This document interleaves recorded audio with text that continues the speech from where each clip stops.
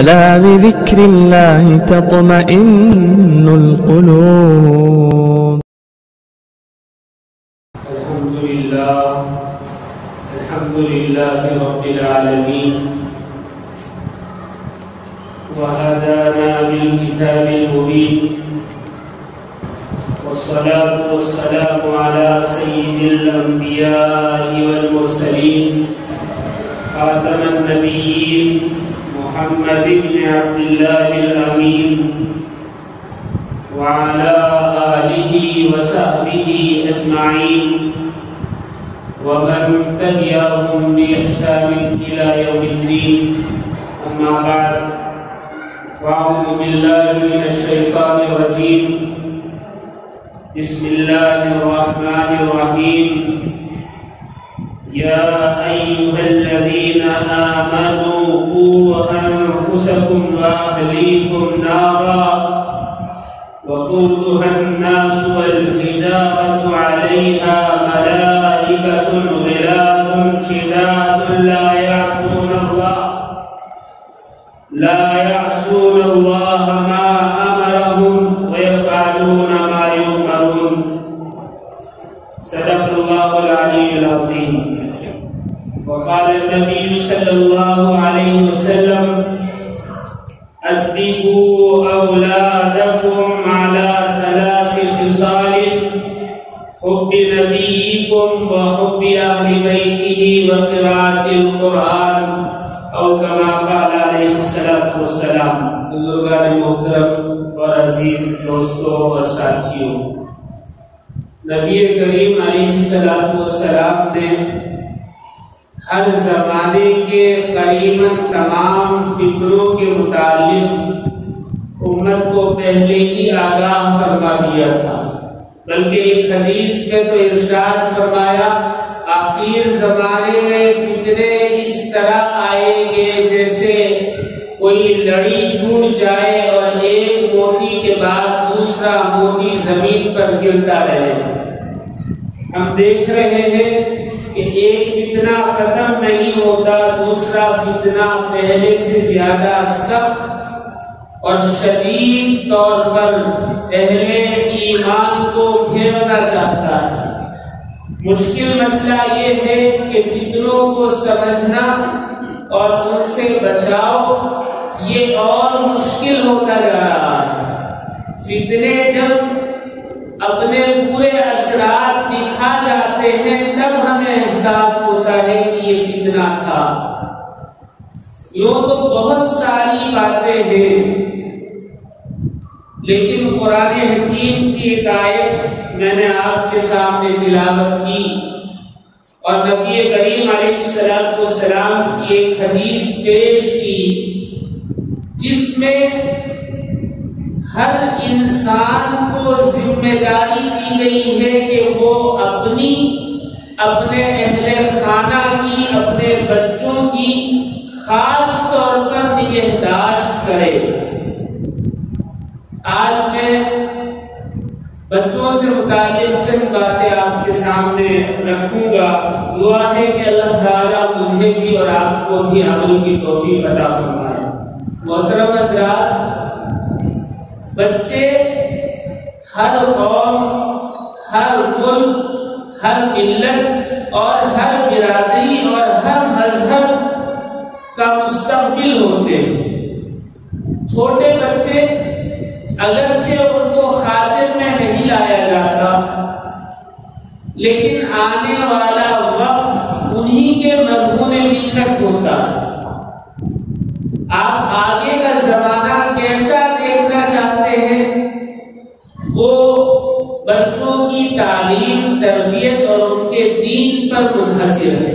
اگر بچوں کا دین ہے، بچوں میں تعلیم ہے، بچوں کی تربیت کی گئی ہے، تو پھر سمجھ لیں کہ ایک وقت ایسا آئے گا جس زمانے میں وہ بچے ہوں گے، اور جو زمانہ ان بچوں کے اختیار میں آئے گا وہ زمانہ بڑا روشن اور تابناک ہوگا۔ اگر اس میں کوتاہی ہو جائے تو ان بچوں کی تربیت، نگہداشت، تعلیم اور دین سکھانے میں جو کوتاہی ہو جائے گی چل کر اتنی ہی سیاہی اور اتنی ہی ضلالت، اتنی ہی پریشانی ان بچوں کو اپنے زمانے میں دیکھنی پڑے گی۔ اس دور میں خاص طور پر میرا اور آپ کا ہی نہیں، ساری امت کا مسئلہ یہ ہے کہ بچوں کی تربیت، نگہداشت اور دین پر توجہ نہیں رہی، جس کی وجہ سے دشمنان اسلام جو چاہتے ہیں وہ کرتے جا رہے ہیں۔ آج کے زمانے میں ہر بچہ کارٹون دیکھنے کا عادی ہے، مختلف کارٹون آتے ہیں، کوئی موبائل میں، کوئی ٹی وی پر۔ یہ تمام کے تمام بنانے والے وہ لوگ ہیں جو اسلام کو پسند نہیں کرتے، اور سب سے بڑا مسئلہ یہ ہے کہ بچوں سے ان کارٹونوں کو چھڑایا نہیں جا رہا ہے۔ والدین مجبور ہیں، جو پروگرام بچے دیکھ رہے ہیں بچے اسے چھوڑنے کے لیے تیار نہیں۔ والدین تھک گئے مار کر، ڈانٹ کر، سختی کر کے، لیکن بچوں میں وہ چیز ایسی سرایت کر گئی کہ کھانا چھوٹے چھوٹے، نماز چھوٹے چھوٹے، اور عبادات چھوٹے چھوٹے۔ نافرمانی ہو تو کوئی مسئلہ نہیں، اور اگر اسکول کا حرج ہو تو کوئی مسئلہ نہیں، لیکن جو دیکھنا ہے وہ دیکھنا ہے۔ اور یہی بچے جب تھوڑے سے بڑے ہوتے ہیں تو پھر موبائل کی، ٹی وی اسکرین کی اور ویڈیو کی ایسی لت لگ جاتی ہے کہ وہ چاہتے ہوئے بھی کام پر توجہ نہیں دیتے۔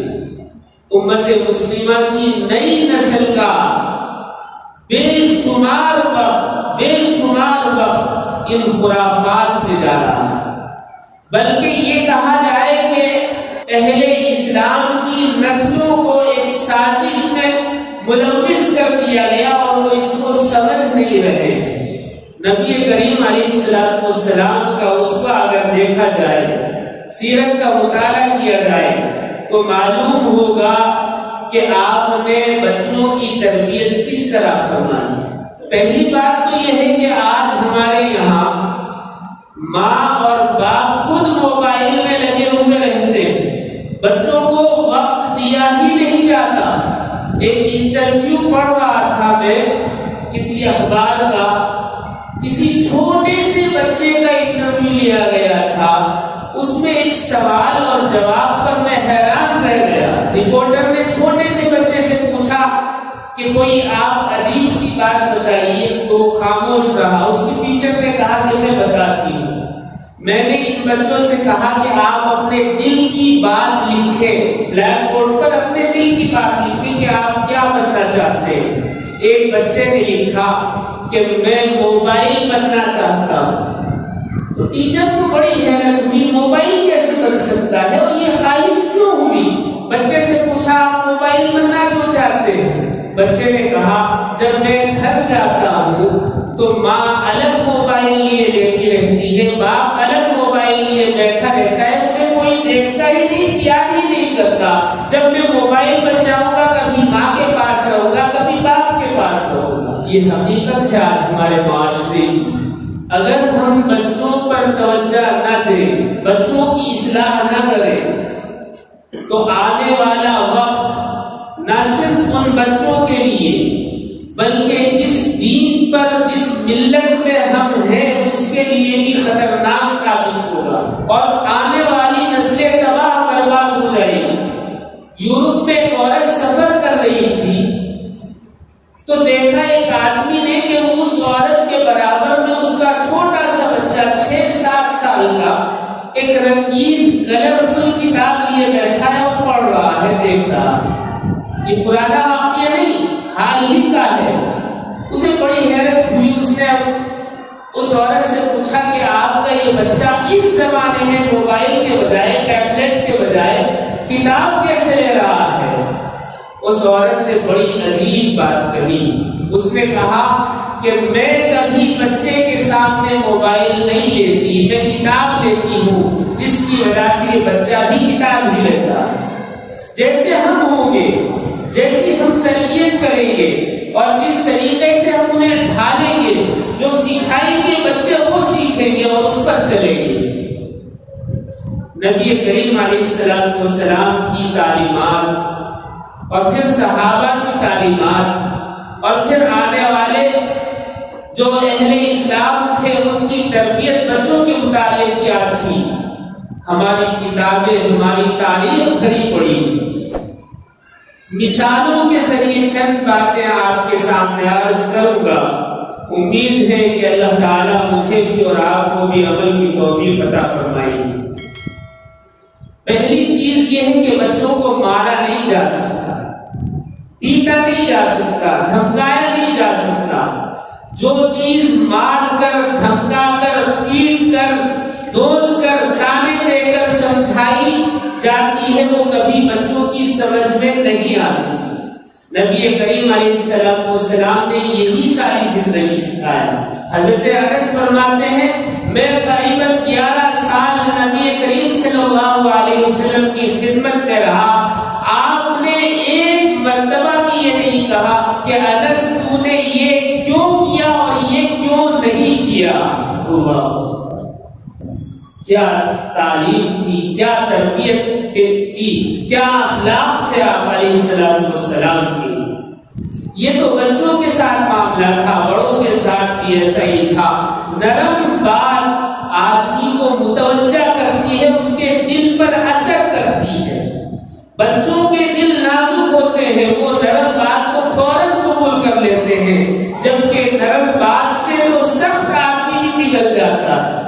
مسجد نبوی میں ایک شخص دیہاتی گاؤں کا آیا، اس نے آ کر رفع حاجت کرنی شروع کر دی۔ صحابہ نے اسے روکنا چاہا، برا بھلا کہنا چاہا، آپ نے فرمایا اس وقت خاموش رہو، اس لیے کہ اسے تکلیف ہوگی۔ وہ فارغ ہو گیا، آپ نے فرمایا پانی بہا دو، پھر اسے بلایا اور بڑے پیار سے، بڑی محبت سے فرمایا یہ اللہ کا گھر ہے، اللہ کے گھر کو پاک صاف رکھتے ہیں، گندا نہیں کرتے۔ اس کے دل پر یہ بات اتنی لگی، اس نے معافی مانگی اور کہا اے اللہ کے نبی مجھے معاف کر دے اور جانے کی اجازت عطا فرما دے۔ آپ نے اسے چلتے ہوئے اپنا ایک جوڑا نکلوا کر دیا اور کہا کہ یہ پہن لینا۔ جب وہ پیدل چلا اور ننگے پاؤں چلا تو آپ نے کہا اس کے پاس کوئی سواری نہیں، ایک اونٹ منگوا کر اس کو دیا اور کہا کہ یہ ہدیہ ہے، جاؤ آرام سے سفر کرنا۔ جب وہ شخص اپنے قبیلے میں پہنچا تو اس نے کہا میں نرم بات کرنے والوں سے اور نرم دل رکھنے والوں سے مل کر آ رہا ہوں، میں نے ان کی عبادت گاہ کو خراب کر دیا، انہوں نے غصے کا اظہار نہیں کیا، چلو چلے اس سے مل کر اس کے دین پر عمل کرتے ہیں۔ 300 لوگوں کو لے کر حاضر ہوا اور نبی کریم علیہ السلام کے ہاتھ پر کلمہ پڑھ لیا۔ نرم بات آدمی کو جھکا دیتی ہے، اور جب تربیت ہو تو بچوں میں شعور پیدا ہوتا ہے، بچے سمجھنے لگتے ہیں کہ دین کیا کہتا ہے، دنیا کیا کہتی ہے۔ حضرت حسین کی تربیت نبی کریم علیہ السلام نے فرمائی، حضرت علی، حضرت فاطمہ نے فرمائی، تو حضرت حسین چھوٹے ہیں، بچے ہیں، ابھی چلنا پھرنا بولنا ہی آیا ہے، کوئی زیادہ عقل نہیں آئی۔ حضرت حسین نے حضرت علی سے کہا کہ بابا ایک بات پوچھنا چاہتا ہوں۔ کہا کہ بیٹا پوچھو۔ کہا کہ آپ تو یہ کہتے ہیں کہ دل میں اللہ کی ہی محبت ہونی چاہیے، نانا جان بھی یہ کہتے ہیں کہ دل میں اللہ کے علاوہ کسی کی محبت بسنی ہی نہیں چاہیے، پھر آپ ہمیں یہ بتاتے ہیں اور سکھاتے ہیں، اور سچی بات بھی یہی ہے کہ ہم آپ سے محبت کرتے ہیں اور اماں سے محبت کرتے ہیں، نانا جان سے محبت کرتے ہیں، اور پھر اللہ سے بھی محبت کرتے ہیں۔ بھلا دل میں اتنی ساری محبتیں کیسے جمع ہو سکتی ہے؟ یہ دل ہے یا صندوق ہے؟ دیکھیے جب تربیت اچھی ہو، سلیقہ آتا ہے، شعور آتا ہے، ذہانت آتی ہے۔ بچے نے کیا سوال کیا؟ امام حسین کو حضرت علی نے جواب دیا تم نے صحیح سوال کیا ہے بیٹا، اللہ سے ہی محبت کی جائے گی، اللہ کے علاوہ کسی سے محبت محبت نہیں کی جا سکتی، لیکن اللہ کی محبت کے ساتھ اللہ کا حکم یہ ہے کہ نبی سے بھی محبت کی جائے، اور نبی کا بھی یہ حکم ہے کہ ماں باپ سے بھی محبت کی جائے۔ تو حقیقی محبت اللہ کی ہے، باقی محبت اللہ اور اللہ کے رسول کے حکم پر ہے۔ یہ کتنا آسان! اگر آج ہمارے یہاں کوئی بچہ سوال کر لے تو ہم جھڑک دیتے ہیں۔ اللہ ہمیں عمل کی توفیق دے، بچوں کو پریکٹیکل دین سکھایا جائے، عملاً ان کو دین سکھایا جائے، ان کی تربیت کی جائے۔ کچے ذہن ہوتے ہیں، آسانی سے پکڑ لیتے ہیں۔ نبی کریم علیہ السلام جب کبھی تبلیغ فرماتے آس پاس تو حضرات حسنین کو بھی اپنے قریب رکھتے۔ ایک پادری نے کہا کہ میں اسلام کے متعلق چند سوالات کرنا چاہتا ہوں، آپ مجھ سے ملاقات کریں۔ آپ نے فرمایا ٹھیک ہے، کہاں ملنا ہے؟ اس نے کہا فلاں پہاڑی پر ملتے ہیں۔ نبی کریم صلی اللہ علیہ وسلم ایک ہاتھ حضرت حسن کا اور ایک ہاتھ حضرت حسین کا پکڑ کر صبح صبح پہاڑی پر چڑھے۔ اس نے دور سے دیکھا کہ دو چھوٹے چھوٹے بچے آ رہے ہیں، تو نور نبوت کا عکس ان کی پیشانیوں میں دیکھا، تو وہیں سے پکار اٹھا لا الہ الا اللہ محمد رسول اللہ۔ اس واقعے سے ہی معلوم ہوتا ہے نبی کریم صلی اللہ علیہ وسلم تبلیغ کے کام میں بچوں کو بھی شامل فرمایا کرتے تھے، تاکہ وہ سنیں کہ دین کیا کہتا ہے، اللہ کا کیا حکم ہے۔ یہ صرف نبی کے زمانے کا دستور نہیں تھا، کفار مکہ زمانے جاہلیت میں بچوں کی تربیت اچھے طریقے پر کیا کرتے تھے۔ یہ اور بات تھی، ان کے رسم و رواج غلط تھے۔ ایک مرتبہ مکہ میں قحط پڑا، نبی کریم صلی اللہ علیہ وسلم چھوٹے سے ہیں، حضرت عبد المطلب آپ کی کفالت کر رہے ہیں۔ حضرت عبد المطلب نے نبی کریم صلی اللہ علیہ وسلم کو گود میں اٹھایا اور حرم میں داخل ہوئے، کعبے کا غلاف پکڑا اور آپ علیہ السلام سے فرمایا بھتیجے آپ بھی ہاتھ اٹھائیں اور ابراہیم کے رب سے دعا مانگے۔ ظاہر سی بات ہے، نبی کریم صلی اللہ علیہ وسلم نے ہاتھ اٹھائے اور دعا کی۔ دعا ابو طالب نے کی، نبی کریم صلی اللہ علیہ وسلم نے صرف ہاتھ اٹھائے، اللہ نے بارش نازل فرما دی۔ یہ تربیت تھی، یہ پریکٹیکل بچوں کو سکھایا جاتا تھا، اور آج ہم اس چیز سے دور ہوتے جا رہے ہیں۔ مولانا ابوالکلام آزاد کون نہیں جانتا، پہلے ایجوکیشن منسٹر ہیں۔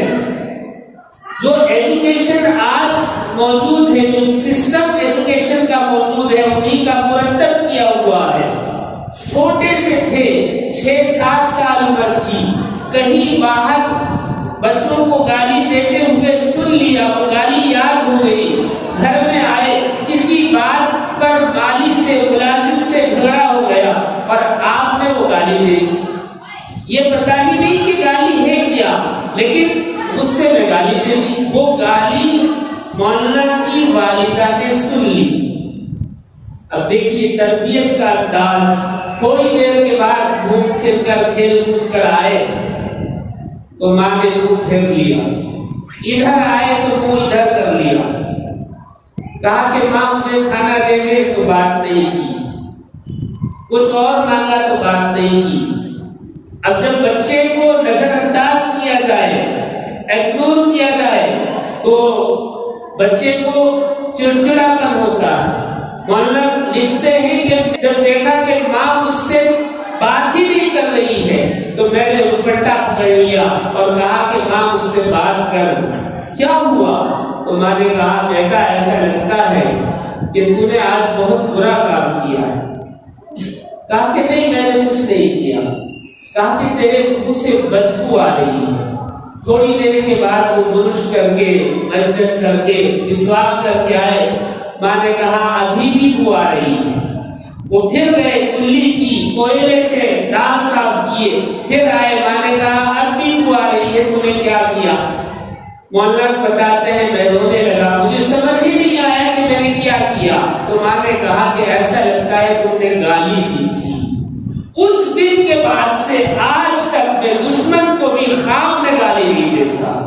اللہ، یہ تربیت ہو گئی۔ بچوں کو جس طریقے سے ڈھالا جائے وہ اس طرح ڈھل جاتے ہیں۔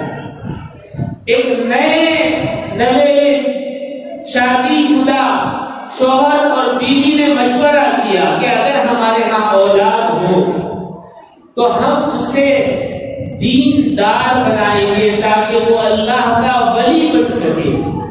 یہ بات یاد رکھنے کی ہے کہ اگر کوئی اللہ والا ہے تو وہ اپنی جدوجہد سے اللہ والا نہیں بنا، اس کے پیچھے بہت سارے لوگوں کا ہاتھ ہوتا ہے۔ کبھی والدین کا ہاتھ ہوتا ہے، کبھی استاد کا ہاتھ ہوتا ہے، کبھی بیوی کا ہاتھ ہوتا ہے، اور کبھی شیخ کا ہاتھ ہوتا ہے، لیکن خالصتاً اس کی محنت نہیں ہوتی۔ اس جوڑے نے تہیہ کر لیا کہ جب کوئی اولاد ہوگی اسے اللہ والا بنانا ہے۔ اللہ نے ایک بیٹا عطا کیا۔ اب جب یہ بچہ تھوڑا سا بڑا ہوا، بات چیت کرنے لگا، چلنے پھرنے لگا، تو اسے مدرسے میں لے جا کر چھوڑ دیا۔ اب یہ بچہ مدرسے میں رہ رہا ہے، دوپہر تک رہتا ہے، پھر آ جاتا ہے، بھوک لگی ہوتی تھی۔ ایسے میں وہ بچہ ماں سے کہتا ماں کچھ کھانے کو دے، تو ماں کہتی بیٹا دیکھو ہمیں بھی اللہ تعالیٰ دیتے ہیں، آپ بھی اللہ سے مانگو اللہ دے گی۔ تو بچہ مصلی بچھاتا، نماز پڑھتا، ہاتھ اٹھاتا ہے، اللہ بھوک لگ رہی ہے آپ عطا فرما دیں۔ نماز کے بعد بچہ پوچھتا ماں اب کیا کروں، مانگ لیا ہے۔ تو ماں کہتی اب جب مانگ لیا ہے اللہ نے ضرور پہنچا دیا ہوگا، تلاش کرو۔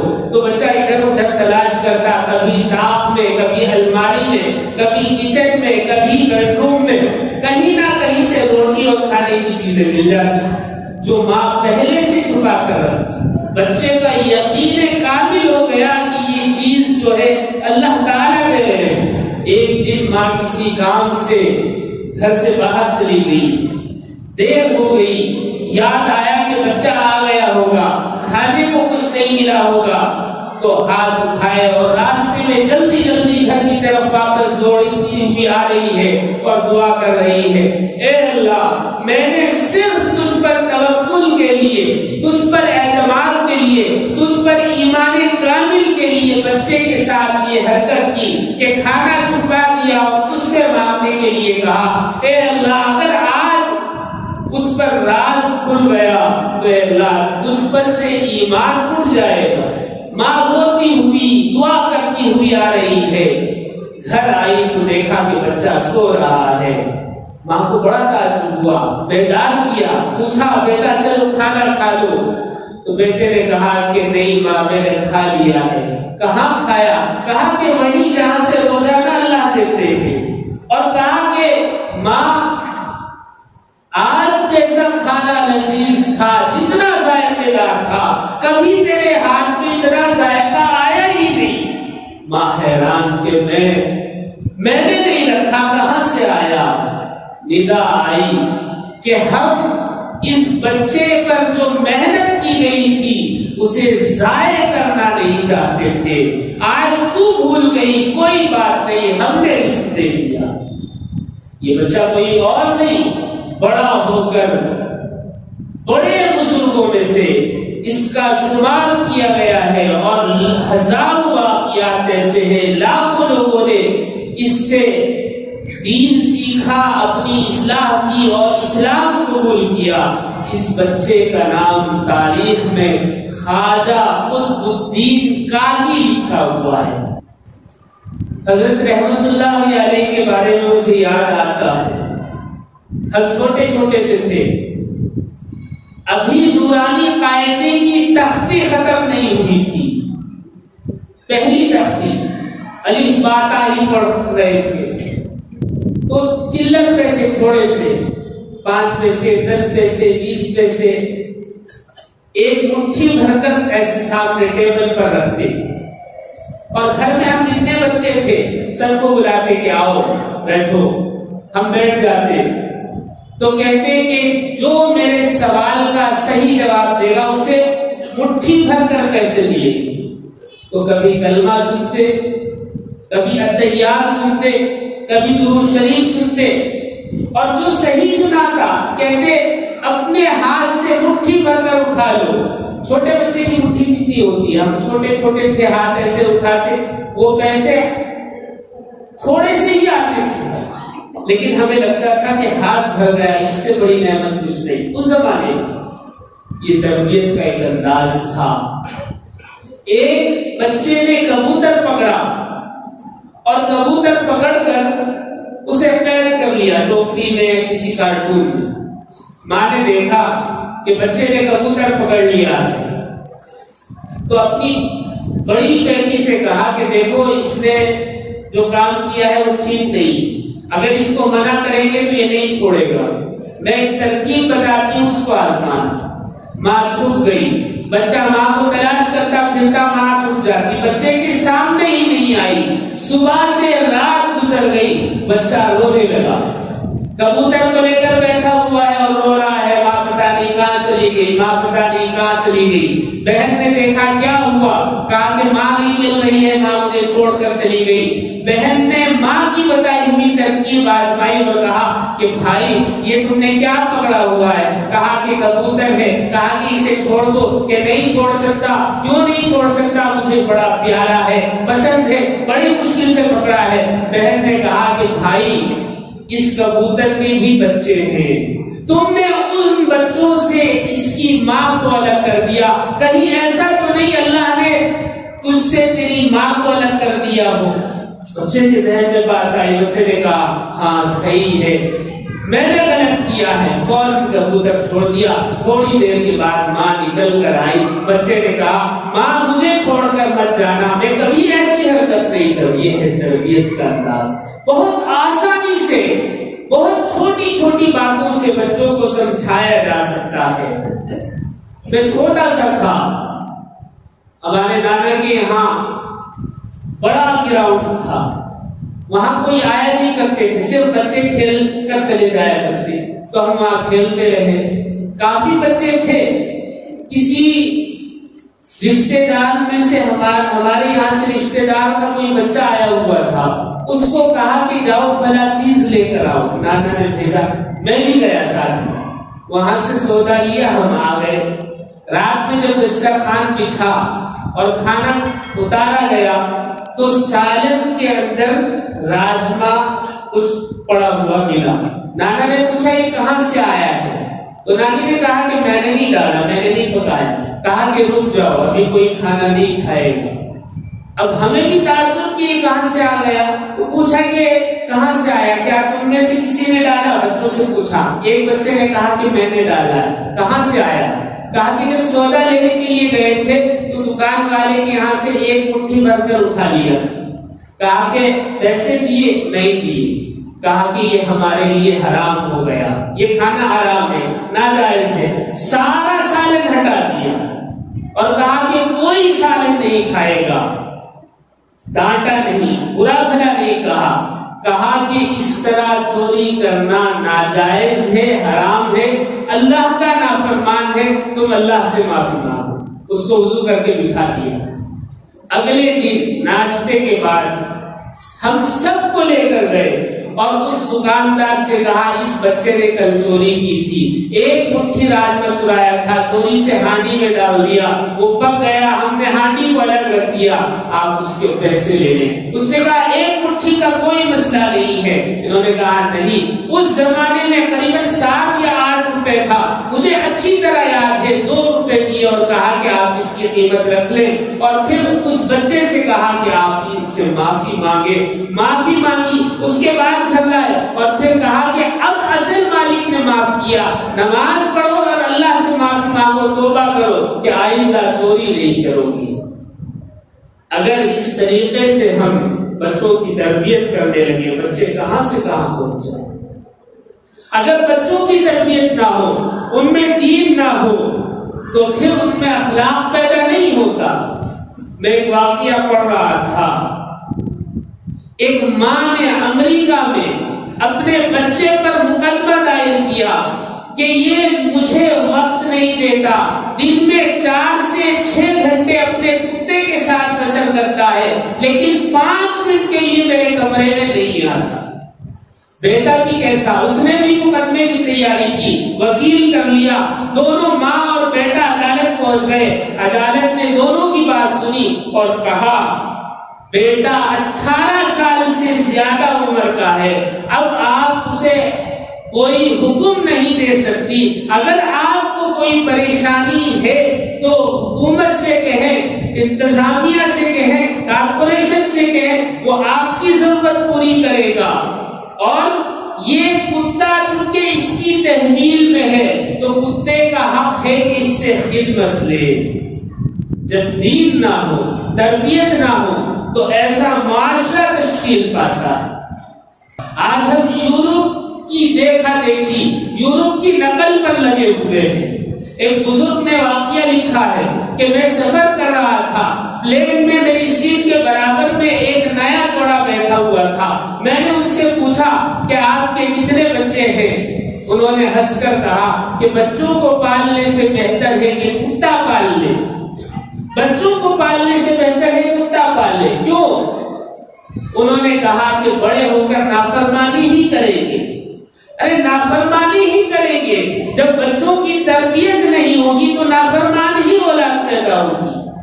ان کی تربیت، ان کی تعلیم، ان میں اخلاق، ان میں دین ہمیں پیدا کرنا، نبی کریم صلی اللہ علیہ وسلم سے کی سیرت سے سیکھنا چاہیے۔ آج یورپ میں یہ بات عام ہے۔ جرمنی کا ایک واقعہ لکھا ہے ایک آدمی نے، وہ کہتے ہیں کہ میں جس کمپنی میں تھا وہاں ایک لڑکی ملازم تھی، وہ آئی اور وہ بیٹھ کر رونے لگی۔ میں نے پوچھا کیا ہوا؟ کہا کہ میں اپنے باپ کے مکان میں کرائے پر رہتی ہوں، باپ کا مکان ذاتی ہے، اس نے مجھے ایک کمرہ کرائے پر دیا ہوا ہے، باپ نے مجھ سے کہا ہے کہ دوسرا آدمی بڑھا کر کرایہ دے رہا ہے، اگر تم بڑھا کر کرایہ نہیں دے سکتی تو مکان خالی کر دو، اس لیے پریشان۔ جب اخلاق نہیں ہوں گے، دین نہیں ہوگا تو یہی ساری چیزیں آئیں۔ دور کیوں جاتے ہیں؟ بہت پرانی بات نہیں، حضرت ٹیپو سلطان رحمۃ اللہ علیہ نے کیا کارنامے انجام دیے آپ جانتے ہیں۔ 7 سال کی عمر میں اپنی ماں کے پاس آئے اور کہا ماں مجھ سے ملنے کے لیے دور دور سے لوگ آ رہے ہیں۔ ماں نے کہا کہ وہ جو لوگ آ رہے ہیں اس میں میرا حصہ ہے۔ کہا کہ آپ کا کیسے حصہ؟ مجھ سے ملنے کے لیے آ رہے ہیں۔ کہا کہ نہیں، میرا حصہ ہے، اس لیے کہ میں نے تجھے کوئی بھی چیز یہاں تک کہ بچپن میں بھی جو دودھ پلایا ہے بغیر وضو کے نہیں پلایا۔ خواجہ اجمیری رحمۃ اللہ علیہ، ساری دنیا ان کی طرف دوڑتی ہے۔ 99 لاکھ لوگوں نے آپ کے ہاتھ پر کلمہ پڑھا۔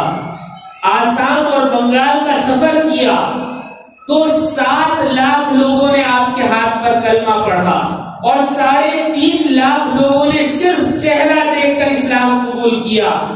جب واپس آئے تو بڑے خوش تھے۔ ماں نے پوچھا کیا خوشی کی وجہ؟ کہا کہ اتنے لوگوں نے اسلام قبول کر لیا اور 40 لاکھ مسلمانوں نے میرے ہاتھ پر بیعت کیا ہے۔ ماں نے کہا بیٹا اس میں میرا بھی حصہ ہے۔ کہا کہ آپ کا حصہ کیسے؟ سفر میں نے کیا، محنت میں نے کی، آپ کا حصہ کہاں سے آیا؟ کہا کہ بیٹا میں نے کبھی کوئی چیز تجھے بغیر وضو اور بغیر 2 رکعت نماز پڑھے کھلائی نہیں، تو میرا حصہ ہے اس میں۔ اللہ نے جو نور تیری پیشانی میں رکھا ہے اور جو تیری زبان میں اثر رکھا ہے وہ میری محنت کا نتیجہ ہے۔ نبی کریم صلی اللہ علیہ وسلم معلم انسانیت ہے، ہر چیز ہمیں آپ سے سیکھنی چاہیے۔ ساری دنیا کو آپ نے سکھایا، آپ نے اپنے بچوں کی تربیت بھی اسی طرح کی۔ حضرت فاطمہ الزہرا رضی اللہ تعالی عنہا نکاح ہو گیا، بچے ہو گئے، مدینہ میں رہ رہی ہیں۔ ایک مرتبہ چادر اوڑھ کر نبی پاک علیہ السلام کی خدمت میں بھری دوپہر میں آئی۔ آپ نے فرمایا بیٹی اتنی گرمی میں کیسے آنا ہوا؟ خیریت تو ہے؟ کہا کہ اللہ کے نبی بالکل خیریت ہے، 3 دن سے فاقہ تھا، کوئی چیز نہیں کھائی تھی، کوئی چیز حلق کے اندر نہیں گئی تھی۔ حضرت علی نے کچھ محنت کی، تھوڑا سا آٹا لے کر آئے، میں نے روٹیاں بنائی، 5 روٹیاں تیار ہوئی، ایک علی نے کھائی، ایک حسن نے کھائی، ایک حسین نے کھائی، ایک ہم نے سائل کو فقیر کو دے دی، ایک روٹی میرے حصے میں آئی۔ جب میں روٹی کھانے لگی، پہلا لقمہ توڑا تو اے میرے بابا آپ مجھے یاد آئے کہ آپ نے کچھ کھایا ہے یا نہیں، اس لیے آ گئی، اور روپٹے کے اندر سے وہ ٹوٹی ہوئی روٹی نکال کر حضور علیہ السلام کو پیش کی کہ میرے بابا آپ بھی اس میں سے کھا لیں، کچھ میں بھی کھا لوں گی۔ نبی کریم علیہ السلام کی آنکھوں سے آنسو جاری ہو گئے۔ آپ نے فرمایا فاطمہ سچ ہے 3 دن سے میں نے بھی کچھ نہیں کھایا۔ جب باپ صحیح تربیت کرتا ہے تو بچوں کے دل میں خیال آتا ہے کہ ان کی خدمت کریں۔ آج ہم رونا روتے ہیں کہ بچے ہمارے فرما بردار نہیں ہیں، بچے ہماری بات نہیں سنتے، بھلا کہاں سے سنیں گے جب ہم ان کی تربیت ہی نہیں کرتے، انہیں دین ہی نہیں سکھاتے، انہیں اسلام ہی نہیں بتاتے، انہیں نبی کریم صلی اللہ علیہ وسلم کا اسوہ ہی نہیں سمجھاتے، تو ان میں کہاں سے اخلاق آئے گا، کہاں سے کردار آئے گا، کہاں سے خیال آئے گا، کہاں سے محبت آئے گی، کہاں سے الفت آئے گی۔ میں ایک انٹرویو پڑھ رہا تھا، قربان جائیے ان ماؤں پر، انہوں نے کیسی تربیت کی کہ ان کے بچے کیسے تھے، کیسے بن گئے۔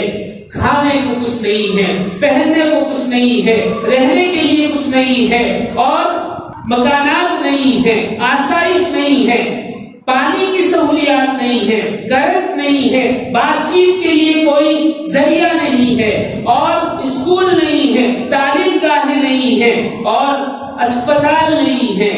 ایسی مائیں بچوں کی ایسی تربیت کر رہی ہیں۔ قربان جائیے، فلسطین کی ایک ماں کا انٹرویو میں نے پڑھا، اس نے فخریہ طور پر کہا، میں فخر سے کہتی ہوں اور ناز سے کہتی ہوں کہ میں 10 شہید بچوں کی ماں ہوں۔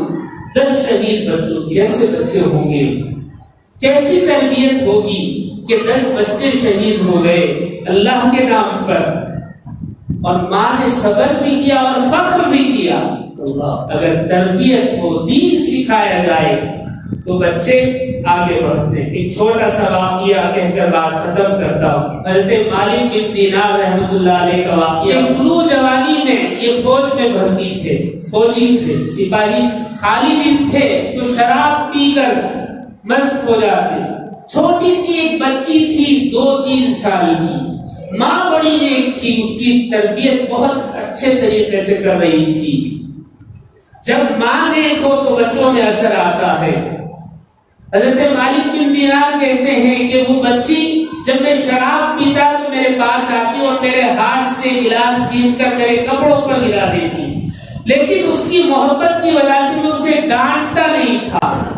اچانک اس بچی کا انتقال ہو گیا، میں اس کے غم میں اور مبتلا ہو گیا اور شراب پینے لگا۔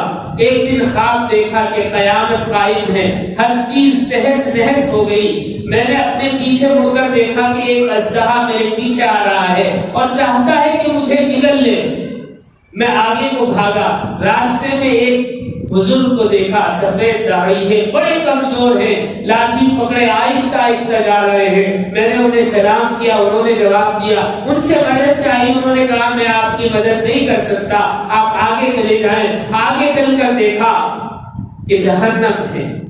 میں گرنا ہی چاہتا تھا، کسی فرشتے نے آواز دی اور کہا کہ جاؤ اپنی امانت کے پاس جاؤ، ہو سکتا ہے تمہاری امانت تمہاری مدد کر دے۔ میں وہاں سے پلٹا تو دیکھا کہ ایک بہت خوبصورت محل ہے، وہاں سونے اور چاندی کے دروازے ہیں جن پر یاقوت جڑے ہوئے ہیں۔ فرشتوں نے آواز لگائی کہ سارے دروازے کھول دو، ہو سکتا ہے اس پریشان حال کے لیے کوئی امانت ہو جو اس کی مدد کر سکے۔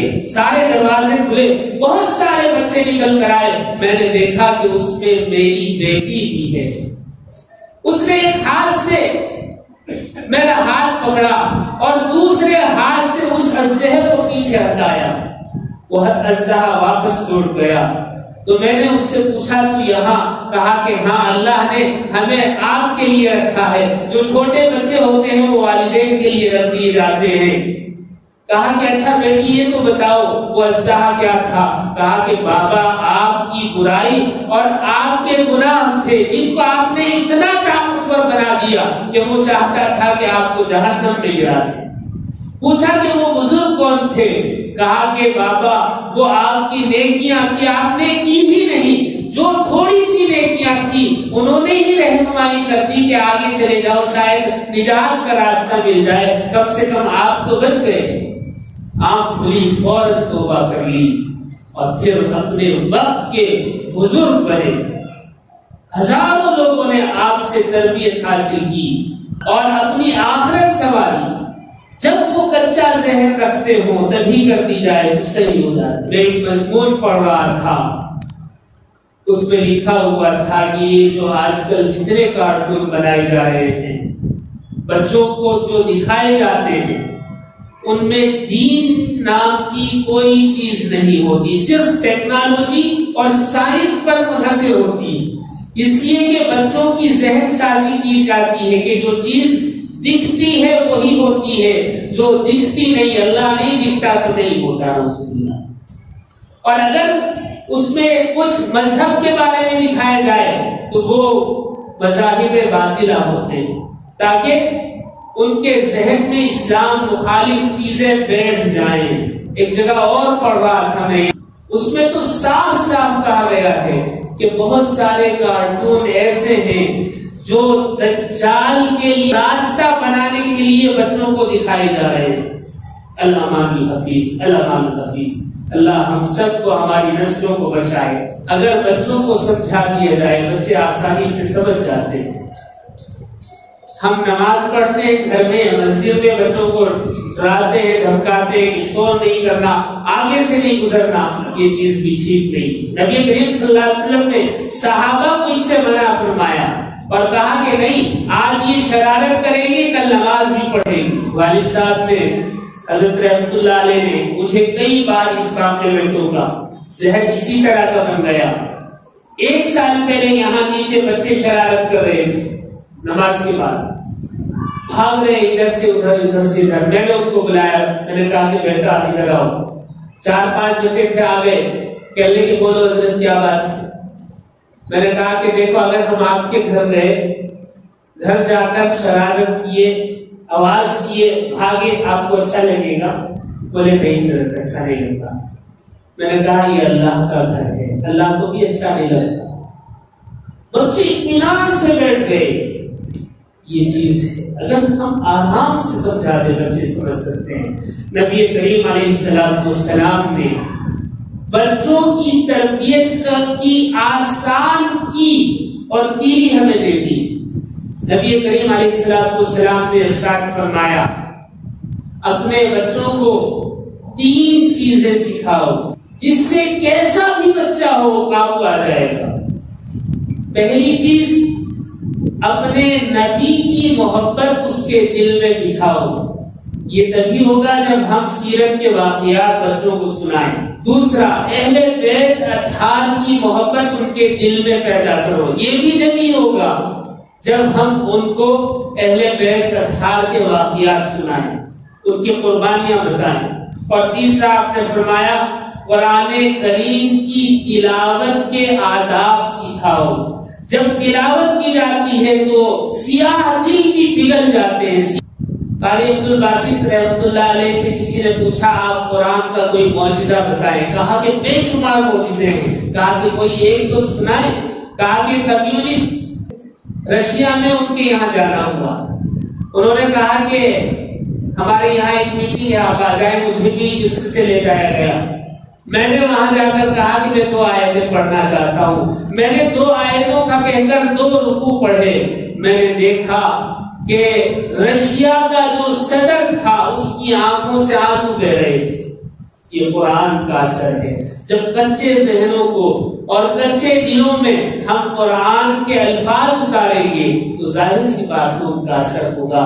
نبی کریم علیہ السلام کی ان تینوں باتوں پر اگر عمل کر لیا جائے تو امید ہے ہمارے بچے ہمارے کہنے میں ہوں گے اور ان کے دل میں نبی کریم علیہ السلام کی محبت، اہل بیت کی محبت، قرآن کریم کی محبت، دین اسلام کی محبت سرایت کر جائے گی، اور پھر جیسا ہم چاہیں گے ان کو بنا سکتے ہیں، پڑھا سکتے ہیں، ان کی تربیت کر سکتے ہیں۔ اللہ تعالیٰ کہنے سننے سے زیادہ مجھے بھی اور آپ کو بھی عمل کی توفیق عطا فرمائے۔ وآخر دعوانا ان الحمدللہ رب العالمین۔